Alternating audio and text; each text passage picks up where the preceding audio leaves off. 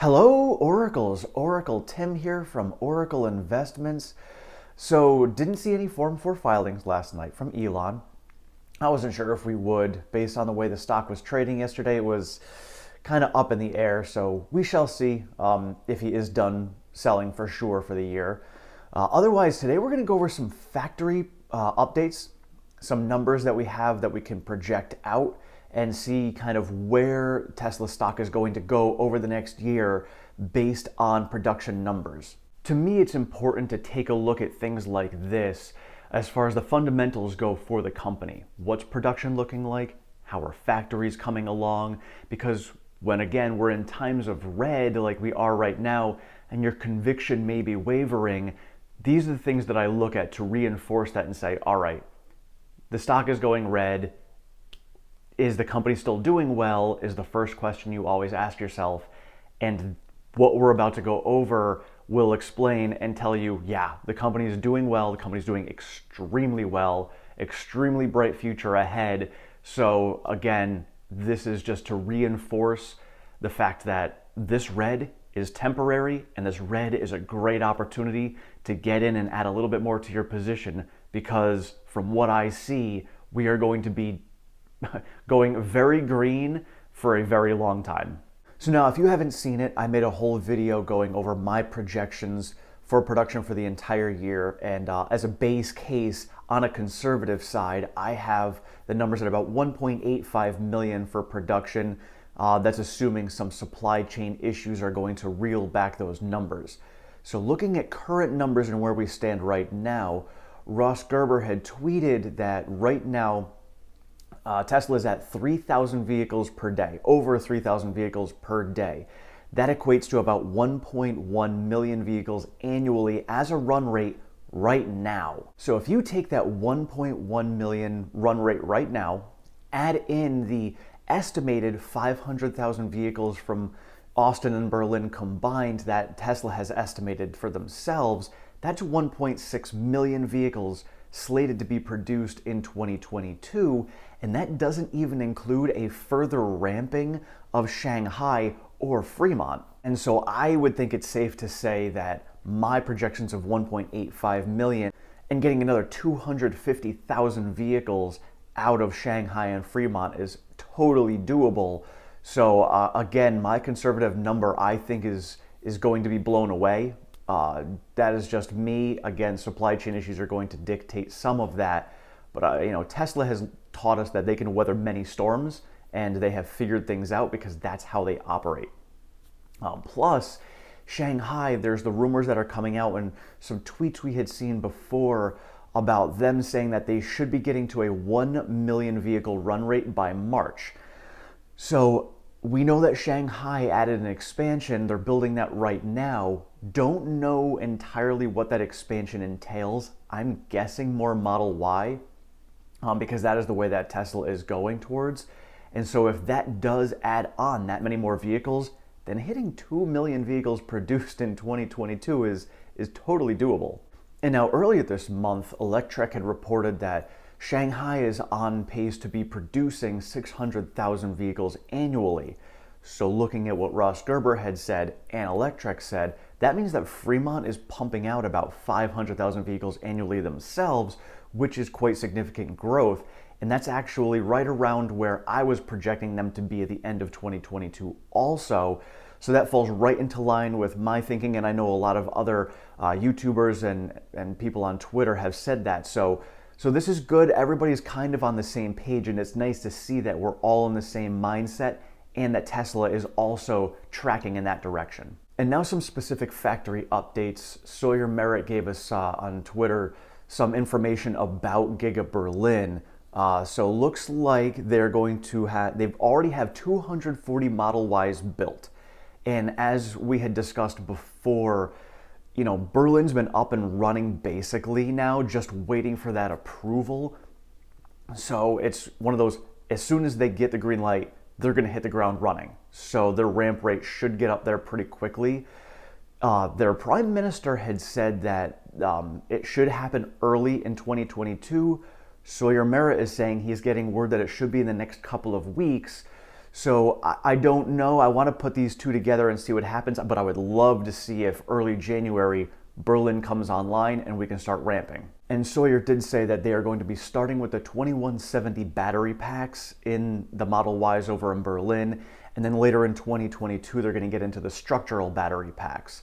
They will have front and rear castings as well, and they will all be run with 12-volt batteries. And from what Sawyer has seen, and he gets a lot of information from people on the inside, he said it truly looks like a next-generation factory. Now my thoughts about that are, if Shanghai can produce what it's producing right now at the speed that it's ramping up, what's Berlin going to be able to do? And I know that Austin is going to be the same way because Berlin and Austin were being built at the same time. So if Shanghai is as good as it is, my goodness, Berlin and Austin, watch out production numbers. Those, we are going to be blown away. And now getting over to Giga Austin, we've got some news from Dave Lee. There's been a bunch of flyover videos seeing all the equipment for the 4680 battery cells and the production line there. So as Dave Lee said, he reiterated something I had mentioned, which is Tesla wouldn't invest as much time, money, and effort on setting up this whole 4680 production line if they weren't confident that it was going to be happening. So it's there, it's set in place. So I see it happening. I know we don't have 100% confirmation on it yet, but again, why would a company spend that kind of effort on it if it wasn't actually going to happen? And sometime in early 2022, they are going to have a Giga Austin factory celebration, grand opening celebration party, similar to what they did for Berlin back in the fall, and they've done it in Shanghai. Now I've got some vacation time that I'm going to need to use in the next few months. Maybe I should set up a trip and go down to Austin for this. Let me know in the comments if you think I should make that happen, and I can share with you guys from down there. I've got to take a look at other factors going on and timing of this, but if I can make it happen, I think I'm going to make it happen for you guys and give you some insider info for when I get there. And now Elon did say that Austin is a long-term $10 billion investment that's going to produce 20,000 direct jobs and 100,000 indirect jobs. Amazing for the economy of the Austin area, amazing for job creation. And then I started to think about something. Indirect jobs, robotaxis. When the robotaxi fleet comes online, realistically, Tesla's going to create millions of indirect jobs. Anybody who wants to utilize their Tesla as a robotaxi will indirectly be getting paid by Tesla to work for them. And what's going to happen to Tesla's numbers when that happens? Well, people are now going to say, well, I can buy a Tesla and earn money with my Tesla. Tesla also gets money and revenue from the robotaxi business as well. You wanting to purchase a Tesla for that robotaxi service also puts money in Tesla's pocket. This is literally a spiral where both customers and Tesla will earn money, and people will be like, oh, this is a no-brainer. Imagine if you bought a cell phone and your iPhone was able to earn you money for doing whatever you wanted it to do. Hey, I used these apps to help 3 people out and I earned money from it. Well, yeah, you'd buy and you'd be like, oh, I'm more apt to buy an iPhone because I can earn money by using my iPhone. So if you could earn money by using your Tesla, yeah, I'm just seeing little sparks of this coming up, and the amazing revenue stream and the way that Tesla can drive business and really encourage people to buy a Tesla because they can also earn money by owning a Tesla.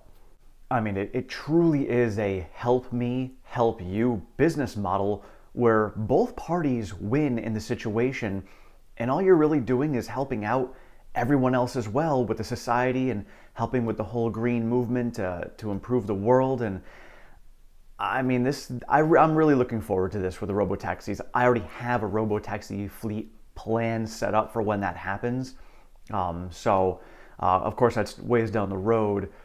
But I really like the fact that this is a help me, help you situation. And now I don't have much in the way of updates for Fremont. As I had said before, based on Ross Gerber's numbers, it looks like Fremont's right around that 500,000 vehicle run rate, so that's really good to hear.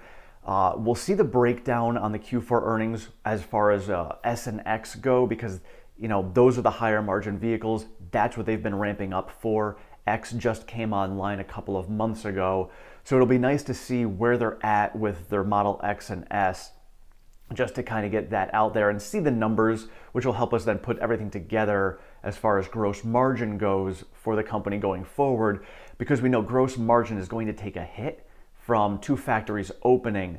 So if S and X are ramping nicely, that could offset the gross margins. Let me know in the comments below if you guys have heard any other factory news that I may have missed on here. It's great to know all this information, just so we can kind of put the puzzle pieces together to make sure, this to me is the fundamental information that I'd like to have to just reinforce the convictions that I have to be able to share with you guys about the company going further in the future. Because I know, a lot of us, Tesla's been going red, give me these reminders as to why I want to be invested in Tesla. And a lot of this stuff is what does that for me, and I want to share it with you guys. And also let me know if you'd like to see me go down to Austin to be able to enjoy that Gigafactory party and share it with you guys. Thank you so much for watching. If you have not subscribed, please do so down below. I appreciate all of your support and feedback.